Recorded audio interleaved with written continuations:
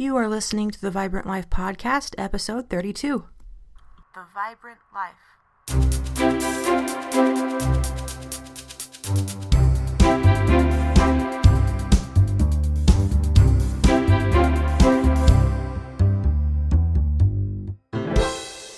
Hey you, how's it going? I'm Emily Romrell and this is the Vibrant Life Podcast. I hope y'all have had a great week. I'm doing good. I busted out my fall decorations. Yes, I am one of those people. And I don't have too many decorations, honestly, just a couple of leafy garlands and a scarecrow, but I love changing things up and getting ready for the next season of the year. And I love all of the fun things that go with the different seasons, and fall is probably my favorite. I love watching the leaves change color.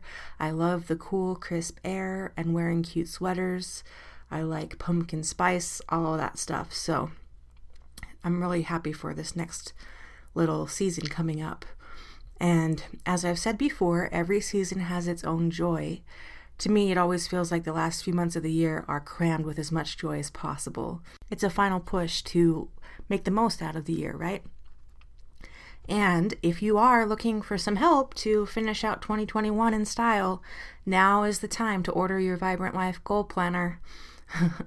After a bit of personal study, I actually looked at a lot of different things, and I created a system around core values and living each day deliberately, and I made a goal planner. So it really helps me. I think it would probably help you too if you're looking for some more organization in your life. And you can find a link to the planner in the show notes, or you can go to my website, emilyromrell.com. So there's that. Also, if you are enjoying the podcast, please subscribe on Apple Podcasts or iTunes and leave a quick review. That helps so much to make the show more visible to new people. And as always, don't forget to tell your family and friends about the podcast. Thank you so much for helping to share the love.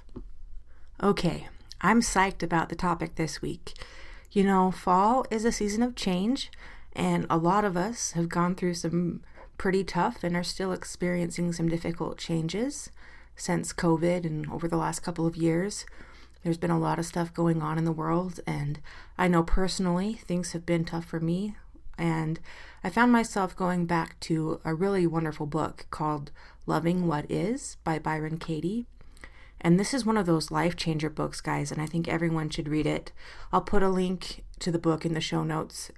But seriously, peeps, if you can wrap your head around some of these principles that she teaches in the book, you will be able to find a higher level of peace and self-confidence that you might not have believed was possible.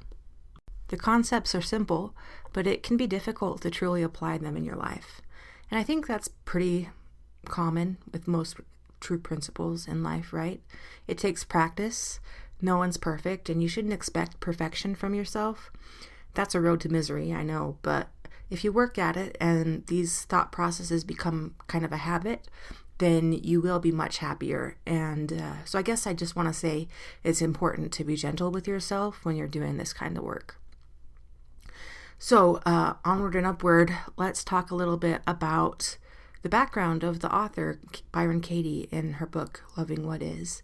So she's pretty awesome, actually. I just really admire her. In her 40s, she had 3 kids and a second husband, and things were not going well. Her marriage was not in a good place. Her relationship with her kids was rocky, and she was extremely depressed. She had some different addictions that she was battling, and so you can gather that she was pretty dang miserable, right? And side note, whenever I learn about stories like this, it really gives me hope, and I hope it does for you too. I think that we all suffer in different ways as humans, right? And the big question is always why? Why do we have to go through so many hard things?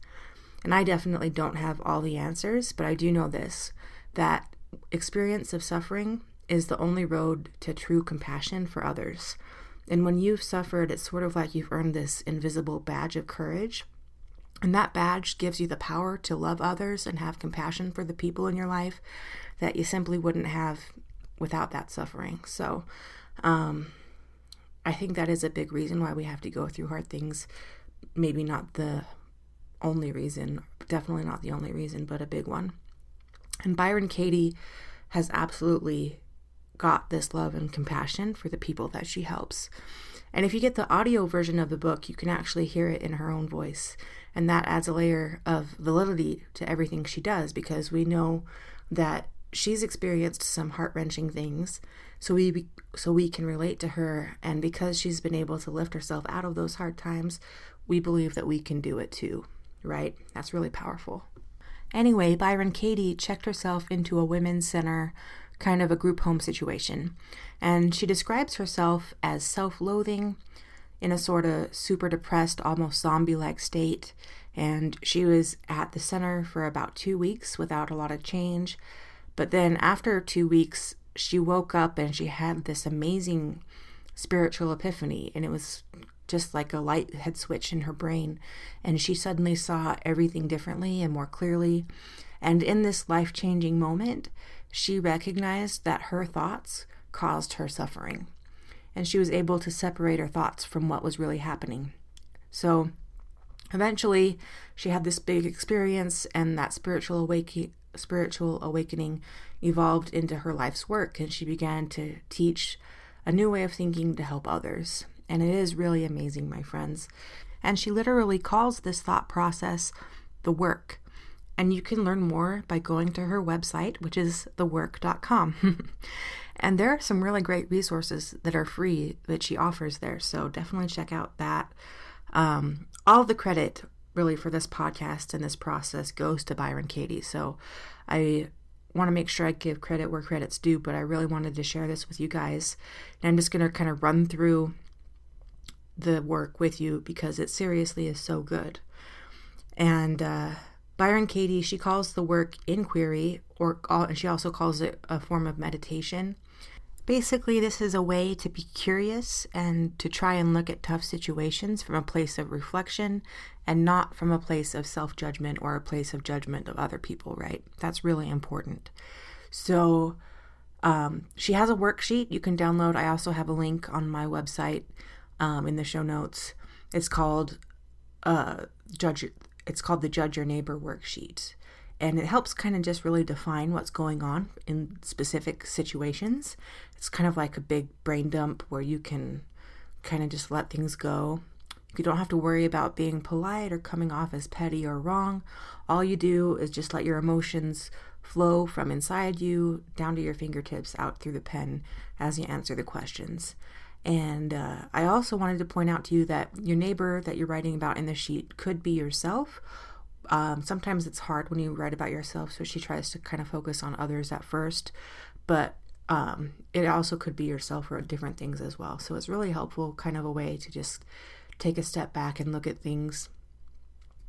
So let's just take an example straight from the sheet. So in the situation, it asks, number 1, in this situation, who angers, confuses, hurts, saddens, or disappoints you, and why? And the example is, I'm angry with Paul because he lied to me. Second question, in this situation, how do you want him or her to change?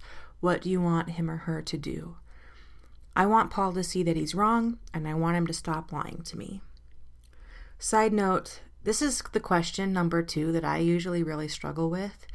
There's that quote that says, expectation is the root of all heartache, and that is so true for me. I can be really stubborn, and I want my expectations to be real, and that can be a big roadblock for, you want things to be how they should be rather than how they are. So this question is really helpful in defining those wants and expectations into words. And then when you get the words out, you can really be deliberate in how you choose how you want to move forward. So anyway, that's number 2. What would you want him to change, or what do you want them to do? Number 3, in this situation, what advice would you offer him or her? He or she shouldn't or should do blank. So Paul shouldn't frighten me with this behavior. He should take a deep breath. And then number 4 is, in order for you to be happy in this situation, what do you need him or her to think, say, feel, or do? And then it would be, in the example, I need Paul to stop talking over me. I need him to really listen to me. And then the 5th question is, what do you think of him or her in this situation? Make a list. And again, she says it's okay to be petty and judgmental in this part of the process. Just be honest in how you feel.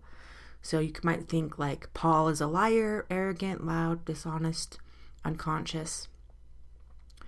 And then the number 6 question is, what is it about this person and situation that you don't ever want to experience again? I don't ever want Paul to lie to me again. I don't ever want to be disrespected again. So, that's a really good way to kind of just get everything out that you might be thinking and feeling through those questions.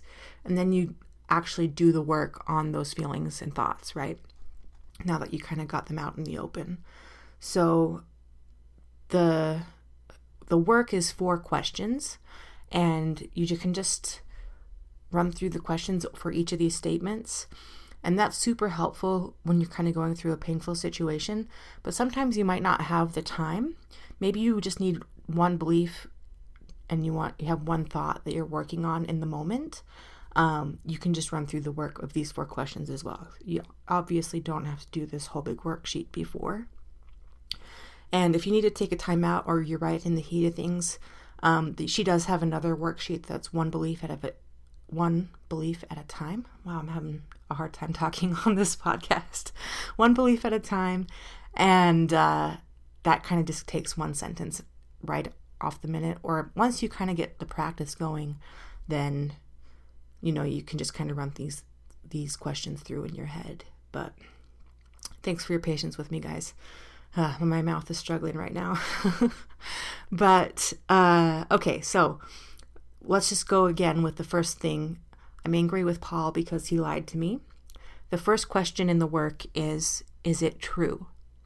And this is a yes or no question. There's no right or wrong answer. So don't try to defend yourself with a big explanation. What's the gut reaction? Is it true or is it not true? And then you continue on with that first belief, Paul lied to me. The second question is, can you absolutely know that it's true? So most of the time people will say yes on number 1 because that's how they feel, right? Is it true? Yes, of course Paul lied to me. And then again, there's no right or wrong. But the second question really helps us be a little bit more logical. Can you absolutely know that it's true? Maybe Paul did lie to you. Maybe there's clear evidence that he lied, and the answer is yes. But is there a chance that he's telling the truth? Maybe this is a separate example. Maybe you're angry because your train was late and you missed your friend's big going away party or something. So if you ask yourself if it's true that the train was late, obviously the answer is yes, right? And so maybe the answer with Paul is obviously yes. But many times we make assumptions that really hurt us. There's an old joke that my mom really doesn't like, but kind of makes me smile. You know what happens when you assume things? It makes an ass out of you and me. And I really never swear. I honestly don't. But it's a true statement, right?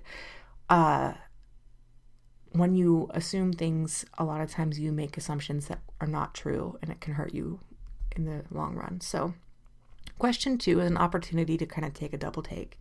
And then question 3, how would you react, or how do you react? What happens when you believe that thought? So maybe you feel hurt or betrayed by Paul. You don't trust Paul. Maybe you feel angry.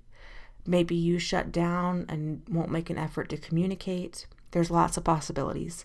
Again, this is not to try to fix anything.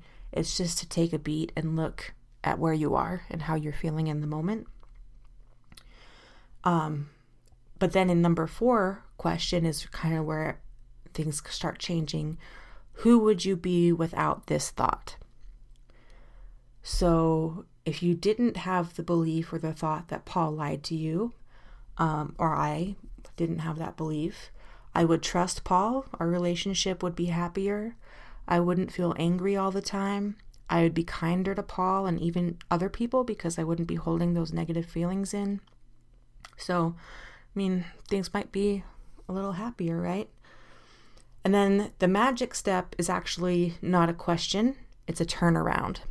So now that we've kind of meditated on things, we've got all of the stuff out to look at, we can turn it around. And for me, this is really the magic sauce in the process. You've examined your feelings and you can turn things around and find a higher way to think and maybe see the picture much more clearly. And usually there's several ways to turn it around, not just one. So rather than the statement, Paul lied to me, you can turn it around, I lied to me. So maybe I lied to myself because this is a pattern of behavior that Paul's had for a really long time, and I can't change that. Or you could turn it around, I lied to Paul, and maybe I lied to Paul with words or even by omission because I didn't speak up and tell Paul how I was feeling. And that led to Paul thinking things were okay, and we just had kind of a misunderstanding. That happens a lot, I think, especially between men and women. Maybe Paul didn't lie to me, and I'm making those dang assumptions again, right? Or maybe Paul told me the truth, and I just really wasn't ready to face the truth yet. And so it was easier for me to think that he was lying than to face that truth. So those turnaround questions, they're really helpful because they can kind of see, especially when you're in an argument with other people, you kind of see things from their point of view more easily. And it makes you have a bigger perspective on how things could be. And often you'll find an equal or greater truth from how you're thinking versus what you are believing the other person should be doing. Oh goodness, my mouth. Anyway, I'm far from perfect at this, but I know that when we do the work and we ask these questions, it really helps us accept things as they are, and we're able to face life head on, and then we can truly love what is rather than getting all mixed up with what we think should be. And that allows us to be deliberate and purposeful in how we choose to move forward. When we stop fighting the things we can't change, it gives us so much more power in the things that we can do. I'm, again, so far from perfect at this, but taking the time to ask these questions truly has helped me, and I hope it helps you too. Definitely check out Byron Katie, read her books. They are magical. Try to tackle things from a different perspective, guys. It can really help you live a vibrant life. Take care and have a terrific week.